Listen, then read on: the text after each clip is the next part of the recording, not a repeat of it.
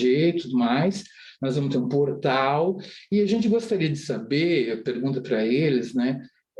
Quando a gente começa um trabalho desse tipo, se a gente pode ter a perspectiva de chegar a ter uma empresa, até angariar financiamento, né? Que nós temos aqui o Matheus da Fundepar, que vai explicar para vocês como é que é, né? Então, basicamente, a gente se reuniu para vocês conhecerem eles, né? O pessoal da CTIT, da Fundepar e o LCC também.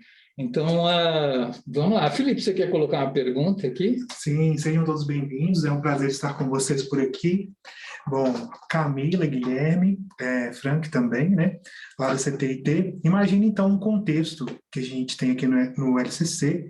A gente deseja criar uma situação em que a gente possa trazer os estudantes, a comunidade interna, para desenvolver algum produto que seja relacionado à tecnologia.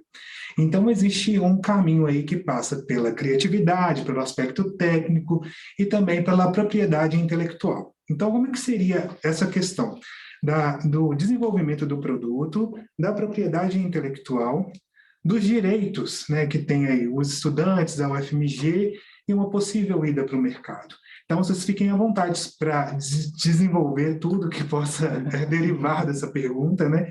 E vamos começar. Legal. Que ótimo, interessante essa pergunta aqui dentro da universidade, né? Tantas pessoas criando, tantas pesquisas acontecendo, né? E os resultados das pesquisas geram coisas extraordinárias e, às vezes, o estudante, o professor quer dar uma sequência naquele trabalho, né? Ver se tem interesse no mercado. E o lugar onde isso deve ser procurado é a CTIT, onde eu, o Frank e a Camila trabalhamos, né?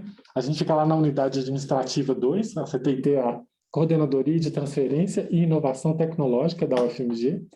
E lá na CTIT, vocês vão ter qualquer dúvida com relação à propriedade intelectual, à transferência de tecnologia, né? Os instrumentos jurídicos de parceria, empresa, universidade. Lá na CTIT vocês vão ter todo tipo de informação e de apoio para poder, né, levar adiante os resultados de pesquisa. Mas falando um pouco sobre a trajetória mais comum, né?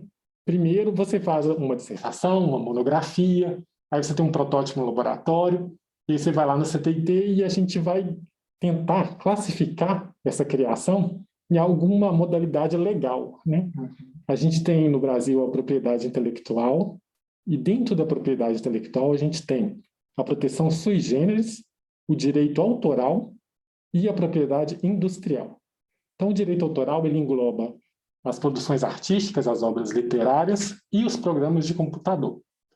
A proteção sui generis é um conjunto de leis que regem outros tipos de produção, de criação. Por exemplo, os cultivares vegetais, a gente tem conhecimento tradicional associado, né, que os povos indígenas, por exemplo, o conhecimento que uma planta tem um poder de aliviar a dor. Então, isso é um conhecimento tradicional associado e isso pode ser protegido também. E dentro da propriedade industrial, que é o mais comum de acontecer, a gente tem, por exemplo, as patentes, a gente tem o desenho industrial, né? Qual mais que a gente tem, Camila? Você se lembra de algo mais? É a marca. As marcas também, né? As indicações geográficas, né? Então, tudo isso está dentro da propriedade industrial.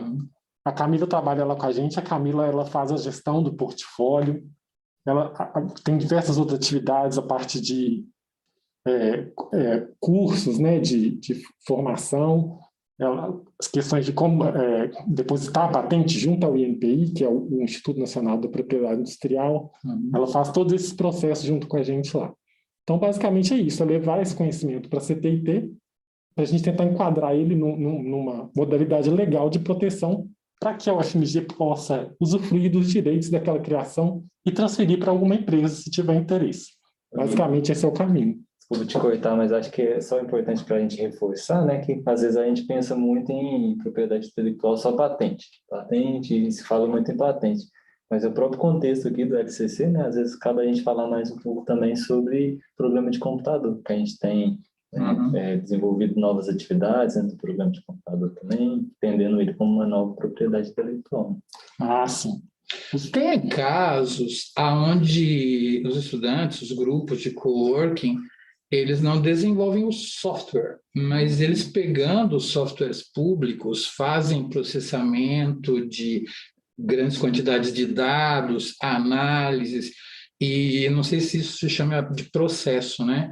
Você pode proteger a propriedade intelectual de um processo também, de análise, você cria relatórios e tudo mais, às vezes até com software que você não criou, mas combinou eles e tem esse expertise de conseguir fazer uma análise para a indústria, para um hospital, para um laboratório. Tem esse tipo de coisa também? Sim, professor Miguel. É muito interessante essa pergunta, porque um processo ele pode ser implementado por programa de computador, né? Uhum. Mas antes que ele seja implementado, ele é um processo e ele pode ser patenteável, se ele atender aos requisitos de patenteabilidade. É muito comum que a gente tenha proteções complementares. Então, você pode ter um processo patenteado e uma série de programas de computadores que implementem aquele processo. E quando você vai explorar, você explora os dois em conjunto. Isso é muito comum de acontecer. E se o software for todo público, por exemplo, só que ele tem o expertise de fazer aquela análise e fornecer para um hospital se aquela pessoa tem chance de ter câncer ou Alzheimer e criar um relatório, criar essa prestação de serviço. Também tem como proteger Sim. o direito da... Sim. Essa questão, pessoal, o software público é uma terminologia que você vê muito nas falas, nas discussões, mas do ponto de vista jurídico, o que existe com relação ao software são as licenças. Uhum. E as licenças, elas são todo tipo de liberdade que está dentro do direito patrimonial do software, né? Lembrando, Sim. O software é um direito autoral, assim como as obras artísticas, né? É o mesmo escopo do direito. Então, a liberdade de executar, modificar, copiar e distribuir, elas são regidas pelas licenças. Então, essas 4 liberdades, você tem que estar atento às licenças, que você vai usar um recurso que não é seu, porque hoje em dia, com a programação evolucionária, né, a gente nunca começa com um código do zero, né? É verdade. Então, você começa a partir de um ponto que alguém já trabalhou. Então, você tem que ter atenção de ver essa pessoa, esse código que você começa a trabalhar em cima dele, quais são as licenças que regem ele. E aí você vai acrescentar o seu código, né? Então, você tem um software resultante, que ele vai ser regido pela licença dos códigos anteriores, com a licença que você atribuiu ao seu trecho. Então, essa combinação de licenças ela tem que ser feita. É um trabalho complexo, mas que a gente também faz na CPIT. Então, o pessoal da comunidade tem esse serviço à disposição, e eles podem ir lá na CPIT consultar a gente. Então, assim, o software pode ser livre, né? Ele pode ser com licenças permissivas ou completamente proprietárias. Livre quer dizer que você pode fazer tudo, desde que você conceda a quem você entrega a cópia, que também possa fazer tudo. Então, tem um mecanismo especial de você licenciar esse software, tem uma maneira de captura de valor específica para esse software de licença livre, mas não quer dizer que não possa haver licenciamento, né? Então, tudo é possível de explorar, tem uma condição jurídica ótima para cada situação, mas tudo é possível de se explorar, de capturar valor, de criar empresas, né? De transferir para a indústria, para as empresas, tudo isso é possível.